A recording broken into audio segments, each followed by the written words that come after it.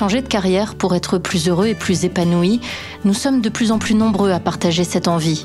Insatisfaction, routine professionnelle, envie de challenge, les raisons d'une reconversion sont nombreuses, mais il faut souvent plusieurs mois ou années avant de sauter le pas. Parfois, un retour d'expérience ou un témoignage peuvent agir tel un déclic.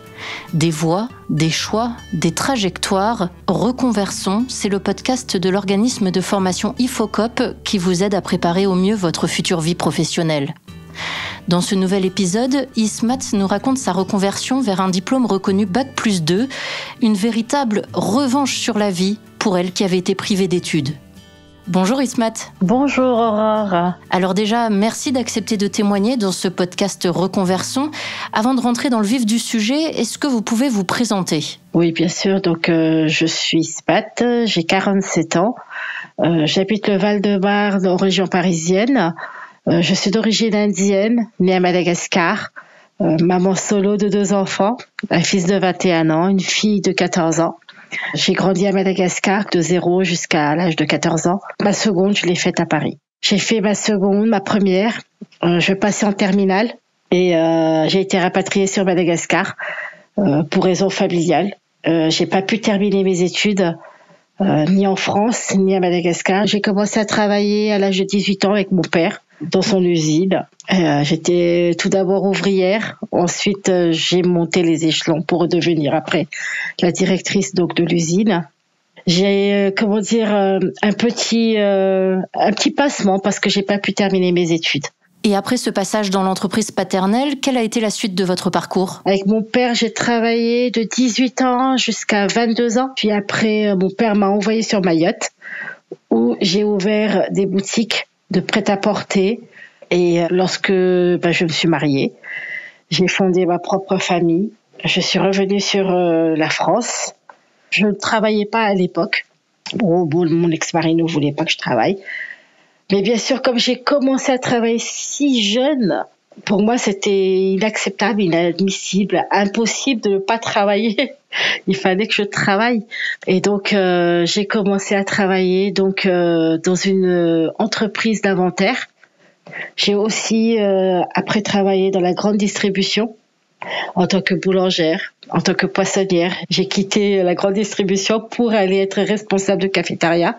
Et pendant encore mon dernier emploi, c'était ça, il y a 3 ans. Et Covid, notre ami Covid est passé par là. J'ai eu un licenciement économique, un mal pour un bien, je dirais aujourd'hui. Un mal pour un bien parce que ça m'a permis de me recentrer sur moi-même. Jusqu'à présent, je travaillais, mais c'était alimentaire parce qu'il fallait travailler. Ce licenciement m'a permis d'être accompagnée par le Pôle emploi parce que j'étais en CSP, en contrat de sécurisation professionnelle. Donc, on est beaucoup plus accompagné par le Pôle emploi où j'ai eu un super référent au Pôle emploi.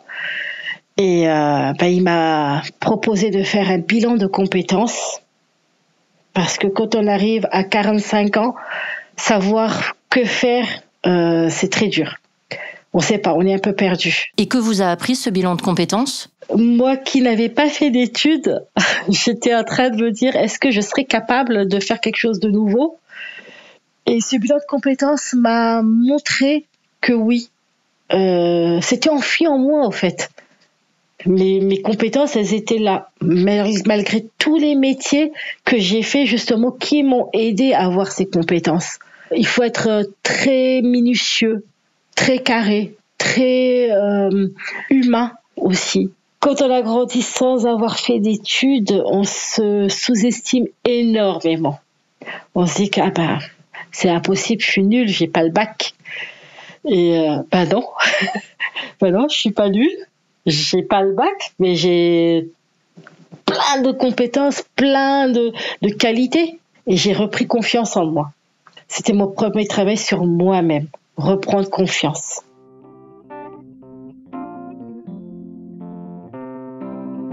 Vous choisissez donc le métier d'assistante ressources humaines, ARH, une formation que vous suivez à l'IFOCOP. C'est une formation Bac+2, donc vous avez dû passer une équivalence de bac. Comment ça s'est passé ? Lorsque je les ai appelés, j'ai eu ma référente de formation Et elle me disait, ah, mais vous n'avez pas le bac.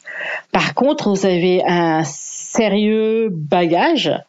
Et donc, du coup, j'ai passé des tests. C'est comme une validation d'acquis professionnel.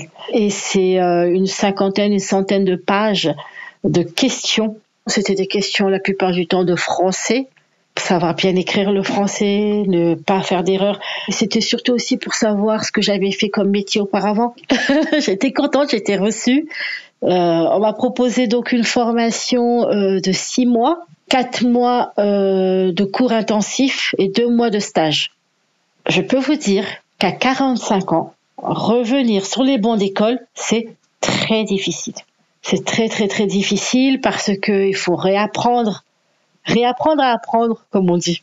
C'est pas facile, hein. Mais heureusement, j'avais des copines dedans, les professeurs, j'avais ma famille, mes enfants. Mes enfants m'ont beaucoup soutenue. Justement, comment s'est passée cette période de formation avec votre famille, avec vos enfants ? Écoutez, avec mes enfants, ils ont été adorables. J'habite un appartement où il y a que 2 chambres. Donc moi je suis au salon, j'ai donné les chambres aux enfants et mon fils m'a donné sa chambre, il m'a dit maman, tiens, voilà le bureau, tout le matériel informatique, parce que bien sûr il faut des ordinateurs, il faut des écrans, on travaille. Et ma fille, elle faisait toutes les tâches ménagères. Elle me disait maman, comme ça au moins tu seras soulagée, moi je vais faire l'aspirateur, le ménage, la totale, et pour que toi tu puisses apprendre. Ils m'ont appris à faire des fiches. Je savais plus comment faire les fiches. Donc, j'ai appris avec mon fils à faire des fiches, à apprendre les lois, les textes de loi. Ne serait-ce dans l'administration, il faut quand même les connaître un peu par cœur quand même. Donc, je révisais avec ma fille. Et voilà. Vos enfants ont donc été très présents, très encourageants. Est-ce qu'il y a d'autres réactions de votre entourage qui vous ont marqué ? Oui. Oui, malheureusement, je vous ai dit que le positif, bien sûr, mais j'avais des petits points négatifs. C'était ma famille très très proche, mes parents, mes frères. Là, par contre, je n'ai pas trop été épaulée. Mes parents, pour eux, ils sont de la vieille école. Hein. Pour eux, c'est juste l'argent, il faut que ça rentre. Mais ils m'ont pas soutenue pour me dire, mais non, tu vas réussir, t'en es capable. Mon père, un petit peu, mais ma mère, du tout. Elle, c'était, mais non, mais tu vas jamais réussir. Mais ça m'a donné la niaque, justement. Ça m'a donné la niaque parce que lorsque on m'a fait arrêter mes études à 18 ans, c'était un peu à cause de ma maman. Et là, c'était pour montrer, je vais te montrer qui je suis. Et je me suis donnée à 200%. J'ai prouvé que j'en étais capable et j'aurais été aussi capable à l'époque. J'aurais pu faire plein de choses.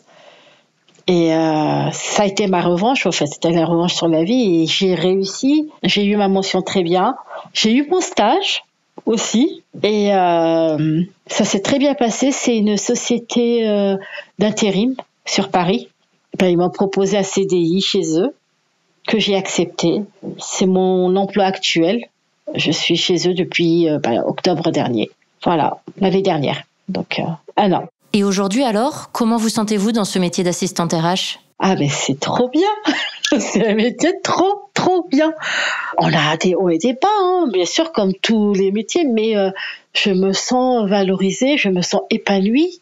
Je vous dis une petite anecdote. Lorsque j'étais responsable de cafétéria, je partais au travail. Dans le métro, je voyais des personnes avec leur sac d'ordinateur, de PC. Puis je les regardais, je dis waouh, qu'est-ce que j'aurais aimé faire ça. Et j'ai pu le faire. J'ai pris mon sac de PC, j'étais dans le métro, le masque, avec un grand sourire, tranche de papaye, en me disant ça y est, j'ai accompli ce que je voulais, en fait, mon rêve. Et c'est banal, hein, tout le monde va dire mais c'est banal, il se passe rien. Mais c'est tellement grand, tellement quelque chose d'énorme pour les personnes qui n'ont pas eu cette chance.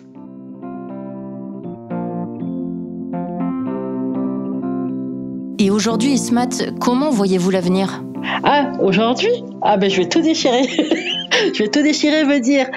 Là, j'ai déjà fait une demande de formation en interne pour former d'autres personnes dans la société. Je suis aussi en train d'apprendre en plus en dehors de ma société. les lois françaises dans l'administration et tout, parce que je voudrais vraiment me spécialiser en tant qu'assistante ou chargée ou responsable, mais dans le droit. Je veux juste apprendre, ne plus perdre mon temps, apprendre. On le sent, cette reconversion, ça a vraiment été un déclic dans votre vie. Exactement, c'est un déclic, ça a changé complètement ma façon de réfléchir, de penser. Si à 46 ans, je peux revenir dans les bancs d'école et apprendre, je peux tout réussir. J'ai changé, toute ma personnalité, au fait, a changé. Et que ce soit même physiquement. J'ai coupé mes cheveux, j'ai perdu du poids, ma façon de m'habiller. Pareil, tout ce qui est la façon de penser, que du positif. Ne plus avoir des idées noires, ne plus non plus se sous-estimer. Prendre des décisions par moi-même aussi. J'ai grandi pas en étant brimée, mais disons en laissant les autres choisir ou réfléchir pour moi. Là non, ça a fait un déclic énorme. Est-ce que vous auriez un message, un conseil pour les personnes qui hésiteraient aujourd'hui à se reconvertir ? Il faut pas hésiter. Alors là, il faut pas hésiter du tout. Si c'est des personnes jeunes, foncez. Si c'est des personnes plus âgées, foncez. Quand on veut, on peut.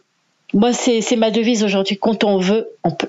Merci beaucoup, Ismat, pour ce témoignage sincère et très, très inspirant. Merci. Merci, je vous en prie, merci. Quelle force de caractère et quelle envie. Le parcours d'Ismat m'impressionne, tout comme son rire et son enthousiasme qui me suivront pour longtemps, accompagnés d'une petite musique. Quand on veut, on peut. Retrouvez prochainement des nouveaux retours d'expérience et conseils dans un nouvel épisode de votre podcast Reconversion. Merci de votre écoute et à bientôt.